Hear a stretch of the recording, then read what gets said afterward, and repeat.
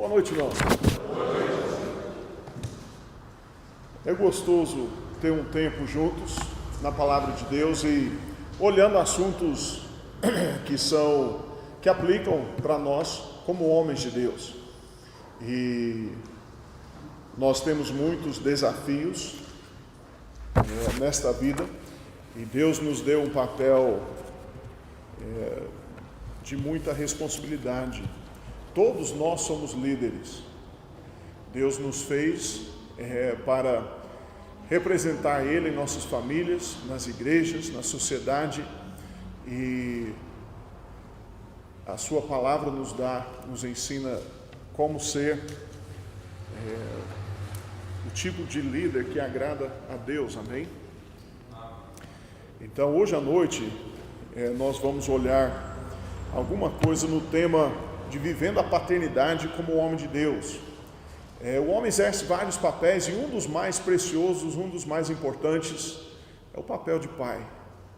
Nós estamos chegando aí no dia dos pais amanhã e desde já quero desejar um feliz dia dos pais a todos os irmãos que têm filhos, e é uma responsabilidade muito grande, porque Deus confiou na nossa responsabilidade a pessoas que Ele quer que refletem a sua glória, e eles aprendem de nós. Nós temos 18 a 20 anos com eles, e para preparar e ensinar eles tudo que eles precisam saber, tudo que eles precisam ser para continuar servindo a Deus o resto da sua vida. E nós somos falhos. Não tem nenhum de nós aqui que é um pai perfeito. O nosso pai perfeito está lá no céu, amém? Ele nunca falha, ele nunca erra, nunca nos decepciona. Mas nós que somos pais, nós falhamos, nós desapontamos os nossos filhos, às vezes desapontamos a nós mesmos e com certeza entristecemos o Senhor às vezes. Mas Deus ainda consegue usar pessoas como nós para criar homens e mulheres tementes a Deus, que amam a Deus. E nós vamos olhar algumas coisas hoje à noite, e espero não demorar, espero que seja uma bênção para os irmãos, mas vamos olhar a história de dois pais, lá em 2 Reis, capítulo 10. Eu quero que nós olhemos juntos a história de dois pais e com resultados bem diferentes. O nosso versículo tema hoje à noite seria Efésios capítulo 6 e versículo 4, que diz: E vós pais, não provoqueis a ira a vossos filhos, mas criai-os na doutrina e admoestação do Senhor. Criai-os na doutrina e admoestação do Senhor. E nós vamos ver em 2 Reis, capítulo 10, a história de Jeú, que foi ungido rei sobre Israel em lugar de Acabe. Deus havia anunciado julgamento sobre a casa de Acabe e Jezabel, e antes de Elias ser levado ao céu, Deus mandou que ele ungisse Jeú para ser rei em lugar de Acabe, e chamar também Eliseu para ser profeta em seu lugar. E Jeú foi ungido rei sobre Israel e já começa a limpar a casa, já começa a julgar então aqueles que serviam a Baal, porque Israel naqueles dias era tomado por adoração a Baal, e ele começa a julgar a casa de Acabe, do jeito que Deus queria que fosse julgado. Deus havia pronunciado um juízo severo contra Acabe. E nos primeiros versículos, Jeú trata com a cidade de Samaria, e os 70 filhos de Acabe que estavam refugiados lá acabaram sendo mortos. E chegaram então, aquele povo se aliou com Jeú, e chegamos no versículo 9, onde nós vamos começar a nossa leitura hoje à noite. A Bíblia diz: e sucedeu que pela manhã, saindo saindo Jeú, parou e disse a todo o povo: vós sois justos, eis que eu conspirei contra o meu senhor e o matei, mas quem feriu a todos estes? Sabei, pois, agora, que da palavra do Senhor, que o Senhor falou contra a casa de Acabe, nada cairá em terra, porque o Senhor tem feito o que falou pelo ministério de seu servo Elias. Também Jeú feriu a todos os restantes da casa de Acabe em Jezreel, como também a todos os seus grandes, os seus conhecidos e seus sacerdotes, até não deixar nenhum restante. Então se levantou e partiu e foi a Samaria. E estando no caminho, em Bet-Equede dos pastores, Jeú achou os irmãos de Acasias, rei de Judá, e disse: quem sois vós? E eles disseram: os irmãos de Acasias somos, e descemos a saudar os filhos do rei e os filhos da rainha. Então disse ele: apanhai os vivos. E eles os apanharam vivos e os mataram junto ao poço de Bet-Equede, 42 homens, e a nenhum deles deixou ficar. E partindo dali, encontrou a Jonadab, filho de Recabe, que lhe vinha ao encontro, o qual saudou e lhe disse: reto é o teu coração para comigo, como o meu é para contigo? E disse Jonadab: é.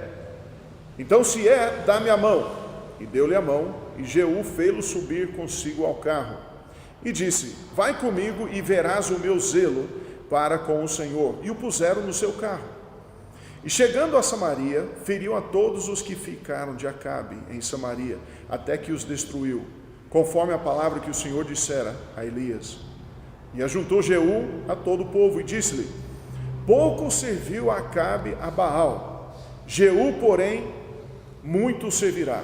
Por isso chamai-me agora todos os profetas de Baal, todos os seus servos e todos os seus sacerdotes, não falte nenhum, porque tem um grande sacrifício a Baal. Todo aquele que faltar não viverá. Porém Jeú fazia isto com astúcia, para destruir os servos de Baal. Disse mais Jeú: consagrai a Baal uma assembleia solene, e a apregoaram. Também Jeú enviou por todo Israel, e vieram todos os servos de Baal, e nenhum homem deles ficou que não viesse. E entraram na casa de Baal, e encheu-se a casa de Baal de um lado ao outro. Então disse ao que tinha cargo das vestimentas: tirai as vestimentas para todos os servos de Baal. E ele lhes tirou para fora as vestimentas.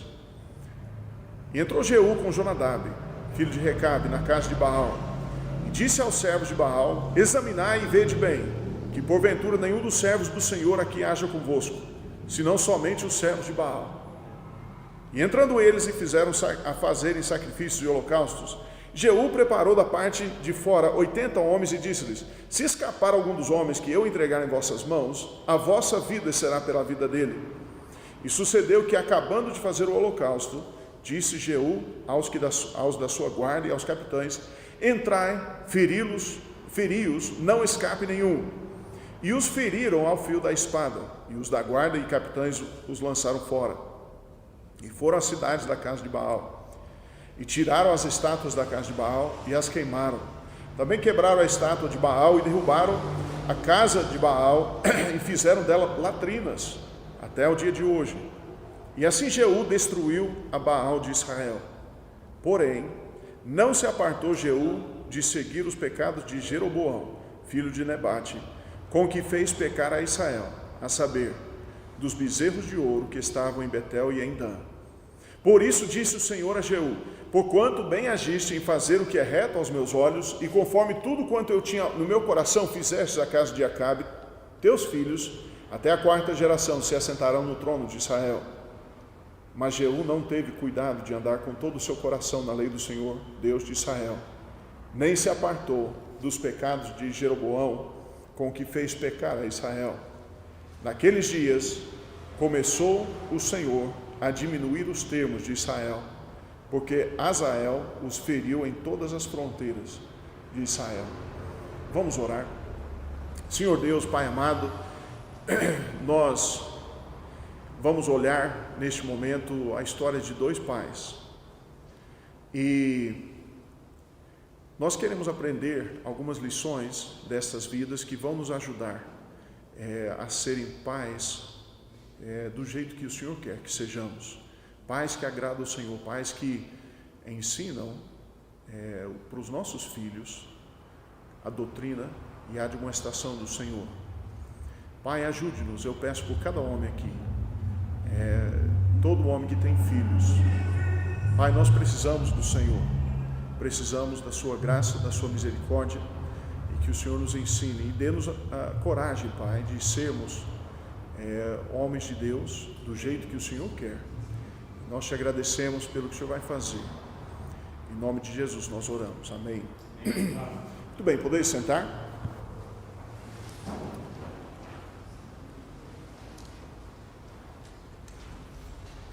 Jeú está executando o juízo que Deus queria que caísse sobre a casa de Acabe.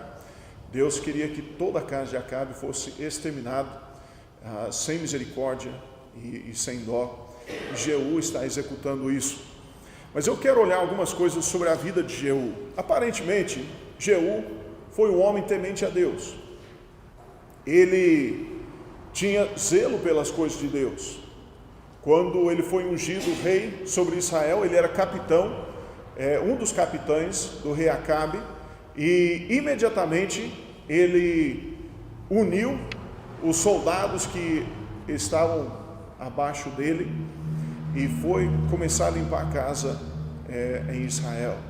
Ele foi encontrar com o rei Acabe e acabou matando ele, matando os seus servos e todos aqueles que haviam levado Israel a adorar Baal.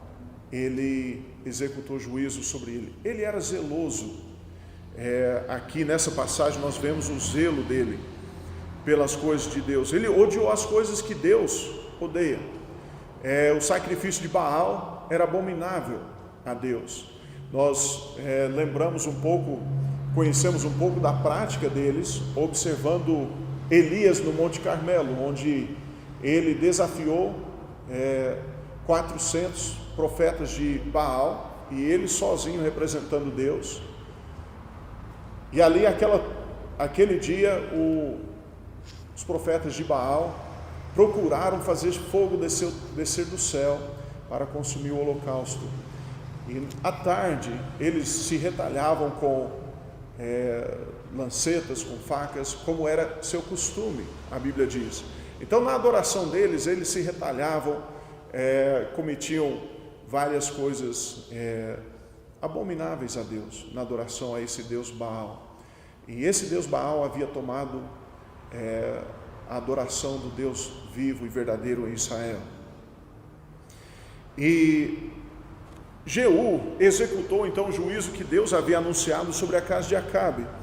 E nós chegamos no versículo 30 desse capítulo, e nós lemos o seguinte: por isso disse o Senhor a Jeú, porquanto bem agiste em fazer o que é reto aos meus olhos, e conforme tudo quanto eu tinha no meu coração, fizeste a casa de Acabe, teus filhos, até a 4ª geração se assentarão no trono de Israel. Deus garante um legado a Jeú por causa daquilo que ele fez para Deus, daquilo que ele fez que agradou a Deus. Deus prometeu um legado para ele, até os seus tataranetos sentariam no trono de Israel. Amados, a Bíblia diz em Gálatas que aquilo que o homem semeia, ele colhe. O que nós semeamos, nós colhemos. E Deus não deixa nada passar. A Bíblia diz em 1 Samuel, capítulo 2, e versículo 30, onde Deus está julgando a casa de Eli, ou pronunciando julgamento sobre a casa de Eli, porque Eli não refreou os seus filhos cometiam abominações perante Deus. Eli sabia, mas não fez nada contra eles. E 1 Samuel 2,30 diz assim: portanto, diz o Senhor Deus de Israel, na verdade tinha falado eu, que a tua casa e a casa de teu pai andariam diante de mim perpetuamente. Porém, agora diz o Senhor, longe de mim tal coisa, porque aos que me honram, honrarei, porém aos que me desprezam, serão desprezados.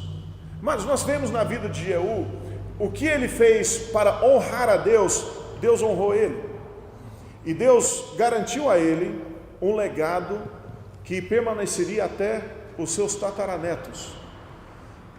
Amados, nós podemos aprender alguma coisa sobre isso. Jeú começou bem. Ele começou a fazer aquilo que agradou a Deus. Mas a Bíblia revela algo, e nós vamos olhar daqui a pouco, ele não continuou naquilo. Ele tinha a faca e o queijo na mão. Deus tinha garantido para ele, olha, o que você fez exatamente o que eu queria que fizesse, e seus filhos vão receber os benefícios disso.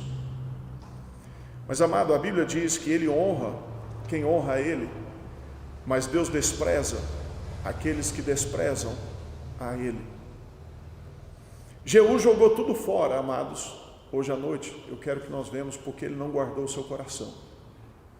Ele não guardou o seu coração. Versículo 31 diz: mas Jeú não teve cuidado de andar com todo o seu coração na lei do Senhor Deus de Israel, nem se apartou dos pecados de Jeroboão, com que fez pecar a Israel.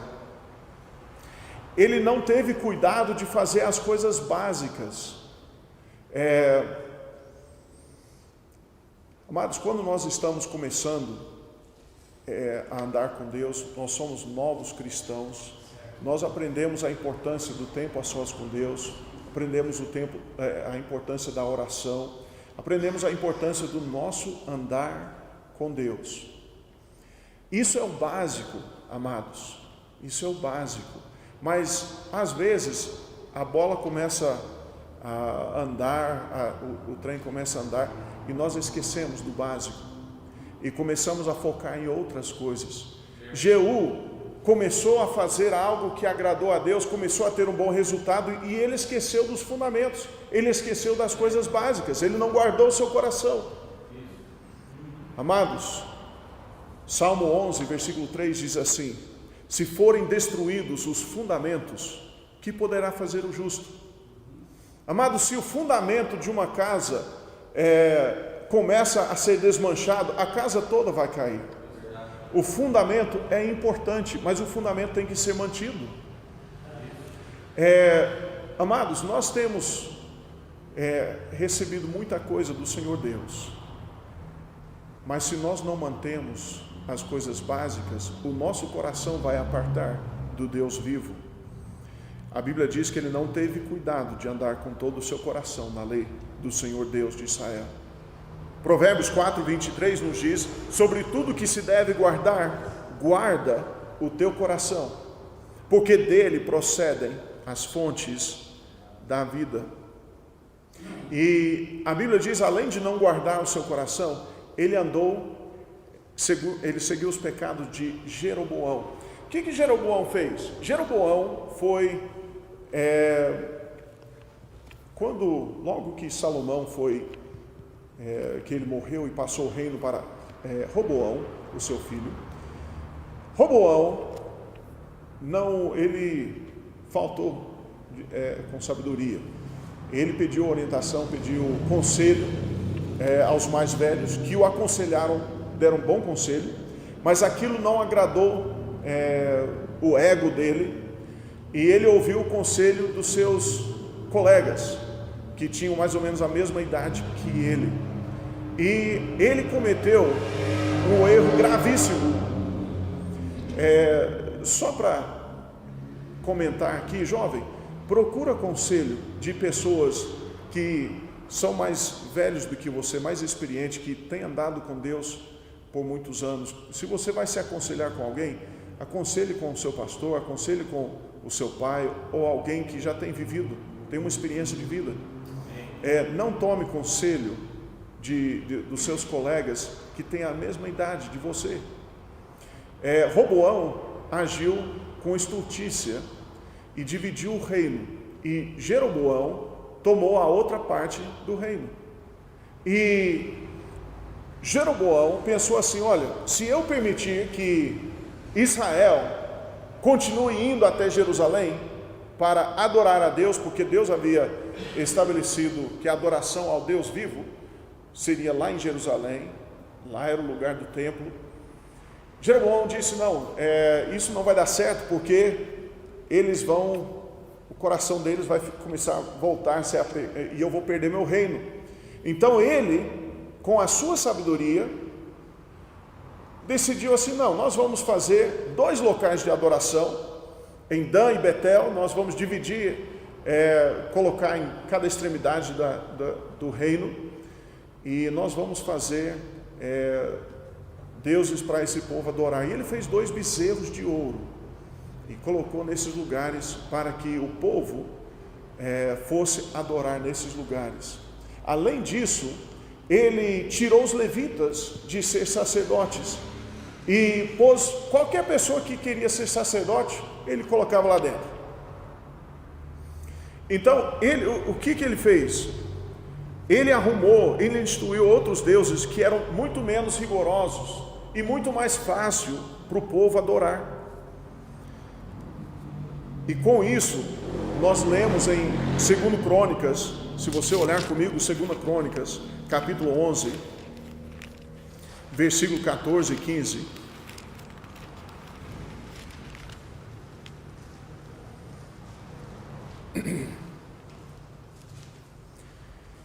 Olha só o que aconteceu.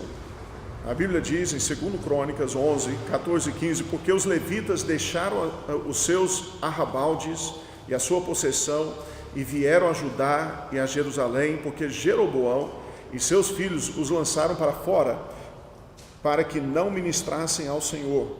E ele constituiu para si sacerdotes para os altos, para o quê? Para os demônios e para os bezerros que fizera. Amados, talvez Jeroboão pensou no início que aquilo ali não tinha nada a ver. Talvez ele pensou que esses bezerros seriam só simbólicos, mas amados, ele escolheu confiar na sua sabedoria e não na lei de Deus. Ele escolheu uma religião de conveniência, ele escolheu algo que não ia incomodar o povo, que ia guardar o reino para ele. E a Bíblia diz que ele estava, na verdade, adorando a demônios.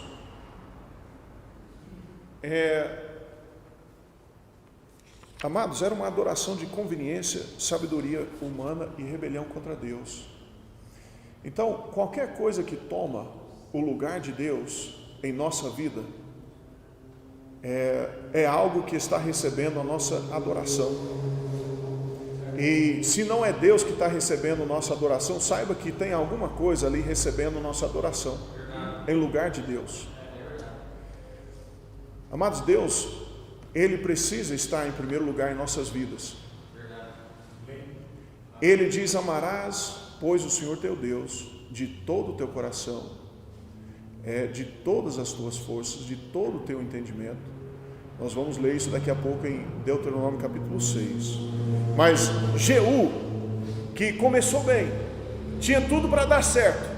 Ele fez algo que agradou a Deus, e Deus garantiu um legado para ele até a 4ª geração, até os seus tataranetos. Ele cometeu um erro fatal, que ele não guardou o seu coração, e ele deixou de lado as coisas básicas de Deus, e ele começou a correr atrás dos pecados de Jeroboão. O resultado nós vemos no versículo 32. Naqueles dias começou o Senhor a diminuir os termos de Israel, porque Azael os feriu em todas as fronteiras de Israel. Quem começou a diminuir as fronteiras de Israel? Deus. Deus começou a diminuir. Por quê? Porque Deus não podia abençoar aquilo. Deus havia abençoado o seu povo, Deus havia dado a terra para eles, e ele disse: olha, entra e possua o que eu te dei. Mas por causa do pecado de Jeroboão, por causa do pecado de Jeú, na decisão que ele tomou, ao invés de Deus abençoar Jeú e seus filhos e a nação, Deus começou a tirar as bênçãos que ele havia dado anteriormente. Amados, mas nessa passagem a Bíblia nos apresenta outro pai, ok? Nós conhecemos Jeú, que foi um pai infeliz, começou bem, foi garantido um legado por Deus, mas ele deixou de lado, esqueceu as coisas básicas que levou ele até aquele ponto, e teve um desastre como resultado.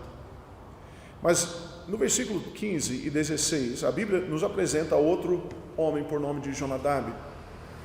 A Bíblia diz que no caminho, enquanto Jeú estava fazendo aquela purificação, executando juízo sobre a casa de Acabe, e partindo dali, encontrou a Jonadab, filho de Recabe, que lhe vinha ao encontro, o qual saudou e lhe disse: reto é o teu coração comigo, como o meu é para contigo?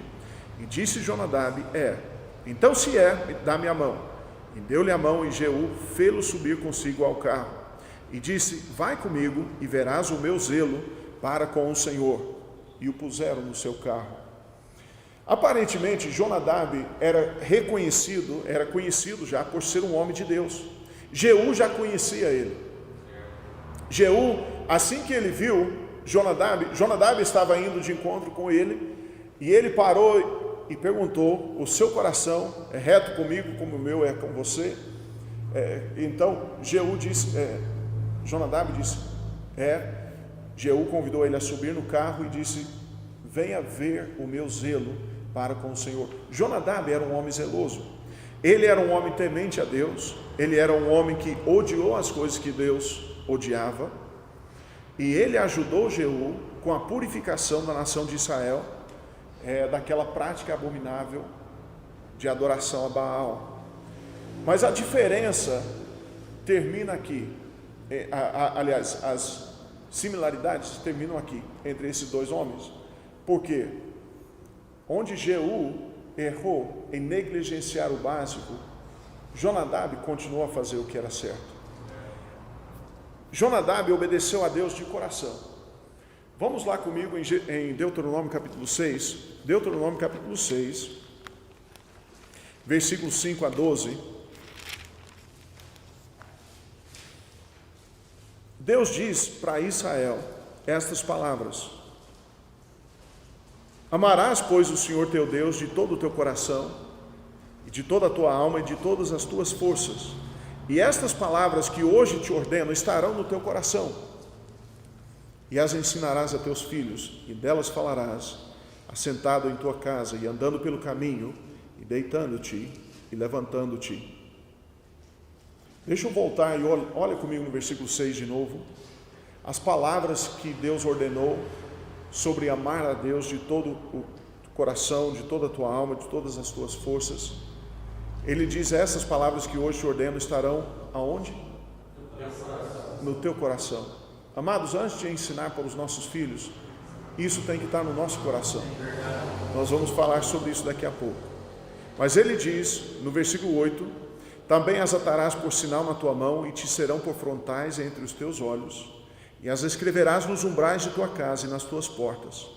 Quando, pois, o Senhor teu Deus te introduzir na terra que jurou a teus pais, Abraão, Isaque e Jacó, que te daria, com grandes e boas cidades que tu não edificaste, e casas cheias de todo o bem que tu não encheste, e poços cavados que tu não cavaste, vinhas e olivais que tu não plantaste, e comeres e te fartares, guarda-te, que não te esqueças do Senhor, que te tirou da terra do Egito, da casa da servidão.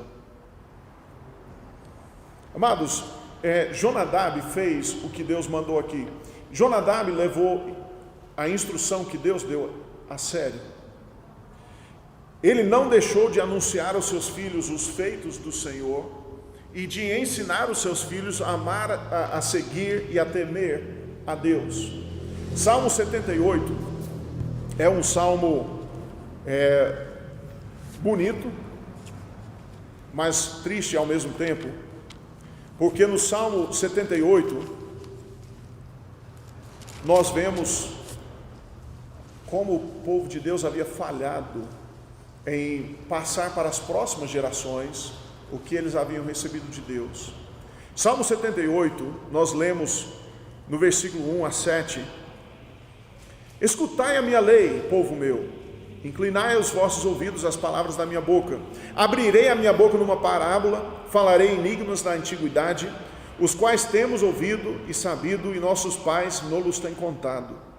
Não os encobriremos aos seus filhos, mostrando à geração futura os louvores do Senhor, assim como a sua força e as maravilhas que fez, porque ele estabeleceu um testemunho em Jacó e pôs uma lei em Israel, a qual deu aos nossos pais para que a fizessem conhecer a seus filhos, para que a geração vindoura a soubesse.